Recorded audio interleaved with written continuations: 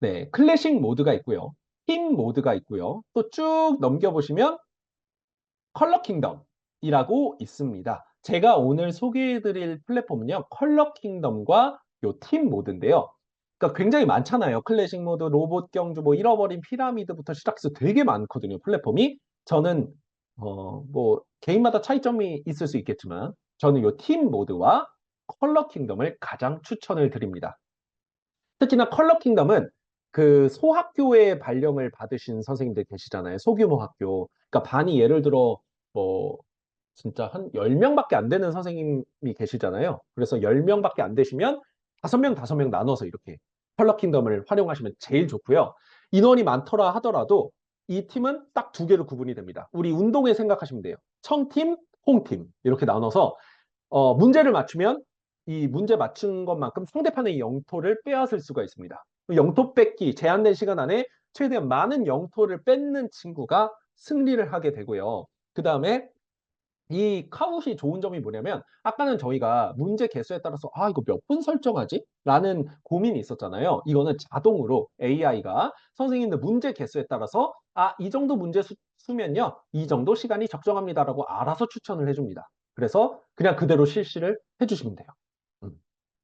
그래서 그리고 이 컬러 킹덤 같은 경우에는요. 선생님들께서 이제 하실 때 이제 상대편 그냥 문제 맞추고 상대편 영토 뺏으면 너무 재미가 없잖아요. 그래서 영토를 뺏은 걸 다른 상대방 팀이 이걸 덮어 씌울 수가 있습니다. 그래서 저희 그 운동회에서 이게 판디 집기 아시죠? 그 판디 집기 하듯이 한다고 생각하시면 되는데 재밌는 조건이 하나 있어요. 콜드 게임이 있거든요.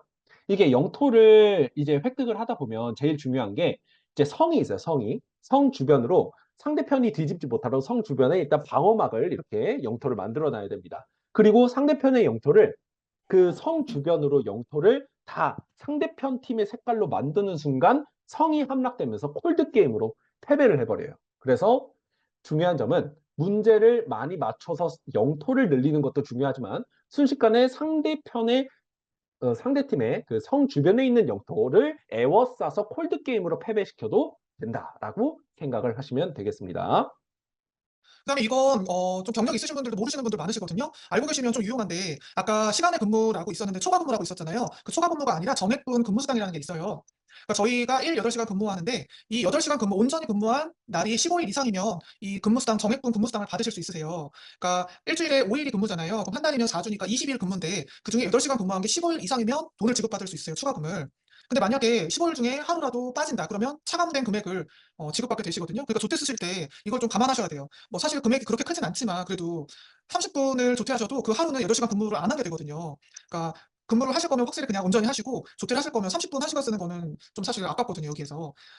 만약에 8시간 15일 이상 근무하시면 월 10시간 초과 근무 수당을 지급하게 돼요. 10시간 정도의 초과 근무 수당을 지급하게 되는데요. 이거는 저희가 8시간 출근이어도 조금 일찍 올 때도 있고 4시간 퇴근이어도 조금 늦게 갈 때도 있기 때문에 그거를 그냥 통합해서 10시간 정도로 초과 근무 수당을 준다고 생각하시면 돼요. 근데 병가, 연가, 조퇴 같은 거, 외출 있는 거, 공가 이런 것들은 날짜 15일에 포함이 되지 않아요. 그러니까 쓰실 거면은 좀 고려해서 쓰시는 게 좋겠죠. 하지만 출장이라든지 아니면 육아 시간 같은 거는 여기 계산에 포함돼요. 40일 또 연수는 근무 안 한 걸로 되니까 여기 계산에 포함되지 않으니까 방학 때는 이 근무 수당을 받기 어렵겠죠. 15일이 잘 안 되니까. 네, 그래서 15일 미만인 경우에는 매 하루마다 그 정액분의 열흘씩 소가 근무 수당을 15일치로 나눠서 일할 금액이 삭감되어서 지급이 됩니다. 예를 들어서 15, 19 호봉 이하는 하루의 수당 단가가 11,514원이에요. 선생님들이 여기에 해당되시죠? 그러면 만약에 15일을 근무 안 하고 14일 근무했다라고 생각을 해 볼게요. 그러면 여기 10시간이니까 10을 곱하면 11,5,140원을 추가로 받으실 수 있는데 하루가 부족하잖아요. 그러니까 이거를 15일로 나눈 7,676원을 차감한 상태로 그 달에 받으신다는 거예요. 네. 그러니까 조퇴를 쓰실 거면은 이걸 고려하셔야 되고 혹시 그 달에 공휴일이 있으면 이 날짜 맞추기가 더 어려워지겠죠, 15일을 넘기기가. 그러니까 좀 혹시 30분 뭐 1시간 이 정도 하실 거면은 쪼끔 네 조정하셔서 안 쓰시는 게 더 유리하실 수 있습니다. 근데 이거 모르시고 그냥 막 쓰시는 분들도 계신데 이거는 뭐 개인의 생각의 차이니까 참고만 하시면 될 것 같습니다. 네, 그리고 명절 상여금이 있어요. 설날, 추석 있는 달에 지급이 되거든요. 호봉별로 기본급에다가 60%를 곱해서 네, 저희한테 지급이 돼요. 선생님들 신규교사 연봉이 9호봉 기준으로 2,247,400원이라면 여기에 60%인 134만 원 정도가 설날과 추석에 선생님이 지급받게 되시는 금액이 된다고 합니다. 그리고 성과급 저도 오늘 성과급 문자를 받았는데 요새 지금 성과급 문자 아마 받고 계시거든요. 지금 신규 선생님들은 작년에 근무를 안 하셨어서 여기 해당되진 않으시는데 해당 연도의 성과를 평가해서 차등 지급하는 게 성과급이에요. 들어보셨죠? 작년에 2023년 3월부터 올해 2월까지 한 학년도의 성과를 가지고 2024년 올해 3월 말에 지급이 되고요. 아까 보니까 경기도 같은 경우에는 3월 29일 날 지급된다고 공문이 와 있더라고요. 이거는 교육청별로 다른데요. 이게 사실 기본 문제예요. 근데 네, S등급, A등급, B등급이 있는데요. 그거에 따라서 금액이 다르거든요. 네, 이것도 보너스처럼 받을 수 있는 금액이에요. 대상은 기간 내에 2개월 이상 근무하면 다 해당되세요. 평가 방법은 단면평가라는 게 있는데요. 단면평가는 몇 학년을 했는지, 무슨 업무를 했는지, 부장교사를 했는지 뭐 이런 걸로 계산을 하는 게 정량평가고요. 그다음에 정성평가라는 게 있는데 이거는 교장, 교감 선생님들이 네, 주실 수 있는 그런 재량이라고 생각하시면 됩니다. 정성평가 반영 비율은 0%에서 20% 중에 학교에서 자율 결정하게 되는데요. 0%인 학교는 없어요. 네, 그냥 점수에서 교장, 교감 선생님의 의견을 반영하기 위해서 어느 정도는 네, 정성평가가 들어가고 있습니다. 네, S등급, A등급, B등급이 있는데요. 네, S등급은 전체 선생님들의 30%, 그다음에 A등급은 50%, B등급은 20%예요. 균등 지급분이랑 차등 지급액을 합쳐서 100%를 받게 되는데요. 차등 지급액이 50%에서 100%를 선택하게 돼요, 학교에서. 근데 보통 학교들은 50%를 차등 지급액을 해요. 그러면 균등 지급액은 50%가 되겠죠. 그랬을 때 금액 차이가 얼마나 나냐면요. S등급 같은 경우에는 497만 원을 받게 되고요. B등급은 356만 원을 받게 돼요. 생각보다 큰 차이죠. 네, 한 150 정도의 금액의 차이를 받게 돼요. 네, 근데 보통은 S등급은 학급수 비례해서 주는 건데 보통 저희 학교 같은 경우에는 부장교사에다가 점수가 높은 게 한 6학년 선생님이나 아니면 학교폭력이든 좀 업무가 과중한 선생님들이 S등급을 받고요. 그다음에 좀 중학년 선생님들이나 전담 선생님들이 조금 낮은 등급을 받는 경우가 있는데 이건 학교마다 다릅니다. 제 수업은요, 선생님들이 그 수업을 고민했을 때부터 시작을 해서 프로젝트 수업의 형태로 진행이 됩니다. 프로젝트 수업을 고민하시고 궁금해하시는 선생님들 이 책을 정말 추천을 해드리는데요. 제 수업의 준비 과정이 이 책의 어떤 인사이트를 통해서 만들어졌다고 보시면 됩니다. 그리고 여기서 제시하는 것이요, 프로젝트 수업의 7가지 요소인데요. 바로 어려운 문제와 질문, 지속적인 탐구, 그리고 실제성, 학생의 어떤 의사와 선택권, 그리고 성찰하는 부분, 비평과 개선, 공개할 결과물입니다. 저는 여기서 다 담을 수 없잖아요, 그죠, 선생님들. 그래서 지속적인 탐구와 공개할 결과물에 대해서 엄청 힘을 주고 있고요. 그리고 특히 또 실제성도 중요하게 생각을 해서 실제로 아이들의 어떤 활동이 다 조금 더 확장되는 그런 경험에 좀 힘을 쏟고 있습니다. 여러 가지 수업을 기획하고 실천하면서 아이들 성취감을 높이고자 노력을 했었는데요. 바로 이런 주제로 제가 아이들과 수업에서 만났습니다. 제 교과가 디자인 교과잖아요. 그래서 디자인 주제가 있고요. 선생님들이 보시면은 약간 지역과 연관된 어떤 주제들, 그리고 지역에 참여할 수 있는 그런 것들이 많다는 걸 알 수 있을 것 같은데요.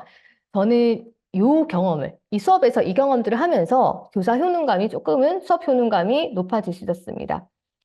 여기서 가장 포인트는요, 삶과 연결된 수업, 그리고 사회 참여 수업입니다. 그 수업을 잠시 말씀을 드리면요. 우선은 제 수업에 리듬이 있는데요. 특별한 경우를 제외하고는 이렇게 보시는 것 같은 과정으로 수업이 진행이 됩니다. 주제 탐구, 그리고 분석, 레퍼런스는 조사하는 거죠. 레퍼런스, 그리고 콘셉트 설정, 기획안 작성, 디자인 작업, 그리고 교사와 동료의 피드백이 들어갑니다. 그리고 수정과 보완을 해서 결과물을 완성한 다음에는 수업 성찰 일기를 씁니다. 선생님들께 제가 추천해 드릴 부분이 수업 성찰 일기고요. 그리고 가능하다면 전시회를 하시거나 수업 사회 참여 활동을 하셔서 뭔가 결과물을 실현시키는 그런 경험들을 아이들이 하지만 반드시 이건 선생님이 되게 성장할 수 있는 부분이 있다라고 말씀을 드릴 수 있고요. 이렇게 프로젝트가 시작을 할 때 제가 이렇게 과정을 아이들에게 안내를 하거든요. 한 장에다가 이렇게 한 장에다가 이 단계, 이 단계, 그리고 이 단계를 거쳐서 우리가 결과물이 완성이 될 거야라는 것을 공지를 합니다. 이렇게 공지를 하게 되면 장점이 아이들도 내가 어디쯤 하고 있구나라고 인지를 하게 되어서 조금 더 목표를 또 되새길 수가 있고요. 사실 교사에게 제일 좋은데요. 흐름이 파악이 되니까 훨씬 수업을 이끌기가 편하게 됩니다. 왜 일반 수업하고 나서 또 다른 학년 수업하고 이러면은 오늘 뭐 해야 되지? 이렇게 헷갈릴 때가 있더라고요. 그래서 수시로 저는 여기 이미지를 담아놓고 확인을 했었는데요. 너무너무 편리했습니다. 그리고 선생님들 효율적인 학급 운영을 위해서 저는 1인 인력은 정말 필수라고 생각을 해요. 그래서 학급 인원에 맞게 1인 인력을 나눠서 학생들이랑 협의를 통해 결정을 하실 필요가 있는데요. 저는 학기별로 1인 인력을 바꿔서 운영을 해요. 1년 동안 운영하는 거에 장점도 있겠지만 학기별로 조금 필요한 1인 인력인데 잘 효율적으로 운영이 안 될 때가 있거든요. 그래서 학기별로 바꿔서 운영하시는 걸 추천하고 월별로 바꾸시는 건 너무 번잡하더라고요.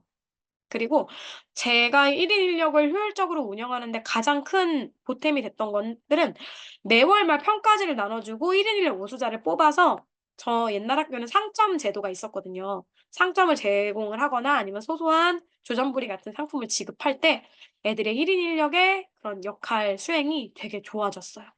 그래서 전 1인 인력의 핵심은 나누는 게 아니라 매월 말 평가지를 나눠주고 피드백을 해주는 것이다라고 생각을 하고 있습니다. 청소구역도 정해야 되는데요. 청소구역은 이제 지금쯤이면 각 학교 환경업무 담당 선생님께서 선생님들한테 뭐 2학년 1반 청소구역은 여기입니다. 이런 식으로 표시를 해 주셨을 거예요. 그러면 우리 반 청소구역에 이제 정해진 우리 반 청소구역에 교실 청소 포함해서 청소구역을 짜시면 되는데요. 학급에서 조를 2개로 나눠서 격주로 운영을 하시는 방법도 있을 거예요. 근데 저는 장단점이 분명히 존재하는 방식이라고 생각을 하거든요. 이렇게 되면 꼭 맨날 청소 안 하는 애들이 생기더라고요. 그래서 저는 아주 세분화해서 쪼개더라도 매일 청소하는 걸 조건으로 하고 조를 나누지 않습니다. 네. 매일 청소하고 아주 적은 분량이라도 매일 청소를 하고 똑같이 끝나고 종례할 수 있게 그런 시스템을 만들어 놓거든요. 근데 이거는 학교마다 분위기가 다르기 때문에 학교 분위기에 맞춰서 시행을 하시면 좋을 것 같고요. 이것도 마찬가지예요. 청소구역이 잘 운영이 되려면 저는 매월 말에 평가지를 나눠주고 청소 우수자를 뽑아서 상점이나 상품을 지급했어요. 아이들, 중학생 애들 정말 소소한 상품에도 굉장히 반응이 좋거든요. 그래서 저는 매월 청소구역은 매월 바꿔서 진행을 했고 평까지 나눠주고 우수자를 뽑았던 게 운영 팁이었습니다. 1인 1역할은 제가 인원수에 맞춰서 여기다가 좀 포스팅을 해 놨어요. 이게 제 블로그거든요. 그래서 저는 2017년 2학기 담임 맡으면서 쭉 1인 1역할을 운영을 하고 있는데 28인용 1인 1역할은 이렇게 세분화가 되어 있고요. 그리고 11명 1인 1역은 좀 약간 굵직굵직하게 되어 있어요. 이렇게 운영을 하시면 좋을 것 같아요. 네, 제가 생각하는 학급 1인 1역의 운영의 핵심은 바로 담임교사의 주기적인 체크와 피드백이라고 나와 있죠. 교사가 결국 피드백하지 않으면 1인 1역은 의미가 없어지거든요. 그래서 교사의 피드백이 중요하다라는 거. 이 안전사고에 대한 법률은 사실 저희는 잘 몰랐습니다. 왜냐하면 이 법률은 학교에 예를 들어서 안전사고로 인해서 보상해줄 법률 있죠. 애들이 다쳤을 때 하는 그런 거에 아닌 이상 거의 대부분 이 법률을 본 적이 없어요. 볼 일이 없어요. 근데 이 법률이 최근에 왜 중요해졌냐? 바로 현장체험 학습 때문에 그렇습니다. 최근 현장체험 학습에서 여러 가지 문제들이 생겼잖아요. 그걸 통해서 그 안전지도는 누구의 책임이냐는 얘기가 계속 등장했었어요. 그러다 보니 안전사고에 대한 법률이 결국엔 교사들에게 이슈가 돼버렸던 거예요. 원래 이 법률이 옛날부터 있었거든요. 안전사고에 대한 법률은 교사를 이렇게 괴롭히려고 만든 게 아니라 사실은 뭐 때문에 만들었을까요? 안전공제 때 만든 거예요. 예전에 안전공제가 없었습니다. 저희 어렸을 때 기억나시죠? 학교에 가서 다쳐도 집에 가서 엄마 아빠랑 같이 병원 가서 그 돈을 고치고 치료하고 학교에서는 받을 방법이 없었어요. 물론 뭐 상황에 따라 다를 수 있겠지만요. 근데 최근에는 웬만큼 다친 건 다 그냥 안전사고 법률에 의해서 안전공제가 다 보상을 해주죠. 그걸로 만들었던 안전공제를 만들기 위해서 만들었던 안전사고법이 지금은 교사에게 다시 돌아오고 있는 거예요. 왜? 교사에게 안전책임이 강해지고 있기 때문이에요. 그러다 보니 이 법률에 대해서도 교사가 배워야 되는 상황이 돼버렸습니다. 그럼 여기서 선생님들은 아마 물음표가 또 머릿속에서 계속 돌아다니고 있을 거예요. 내가 왜 배우고 있지? 사실 이 법률, 저는 사실 학교폭력 예방법은 거의 외웠고요. 교육활동보호법은 아직 외우진 못했습니다. 안전사고 법률은 어느 부분을 알고 있어요. 지금 뭐냐면 외우니까 좋기는 해요. 외우니까 도움은 되거든요. 학교폭력 담당자 입장에선. 근데 외운다고 과연 이게 나에게 도움이 될까? 전 잘 모르겠어요. 한마디로 교사가 해야 될 일이 너무 많이 늘어나고 있어요. 그런 부분들이 지금 현재 선생님들이 힘들어하는 대표적인 원인 중에 하나입니다. 그다음 최근에는 2022 개정 교육과정으로 변화됐던 거 인양이 변화됐잖아요. 그러면서 생활기록부에서도 많은 변화가 있었어요. 그리고 최근에 이제 교사교육과정이라는 교육과정으로 들어오죠. 아직까지는 1학년밖에 안 들어왔기 때문에 이렇게 본격적인 도입은 아니겠지만 2026년이 되게 되면 5, 6학년까지 완벽한 도입이거든요. 아마 그때부터 교사교육과정이라는 것을 더 강하게 학교에 내려온 일도 있을 수 있을 거예요. 즉 뭐냐면 교사에게 교사를 둘러싼 이 4가지 법이 생각보다 굉장히 첨예하게 교사를 괴롭히고 있습니다. 솔직히 말씀드리면 괴롭히려고 만든 법이 아닐 수도 있겠지만 법령 내용만 보면 괴롭히고 있어요. 그만큼 교사를 어떻게 보면 최근에 살려주지 않는, 못 살게 구는 일들이 많이 늘어나고 있다고 보시면 됩니다. 그래서 결국에는 무엇이냐? 그래서 결론은 무엇이냐면 우리가 이런 것들을 알아야 된다고 생각하진 않아요. 왜냐하면 이거를 모든 교사가 다 한다는 거 쉬운 일이 아니거든요. 그런데 중요한 부분들은 알아야 우리가 대응할 수 있다. 그래서 학교폭력에서 제일 중요한 건 사실 법령입니다. 그래서 법령에 대한 부분은 간단하게 정리해봤고요. 이건 아마 거의 대부분 여러 가지 상황을 통해서 많이 배워보셨을 거예요.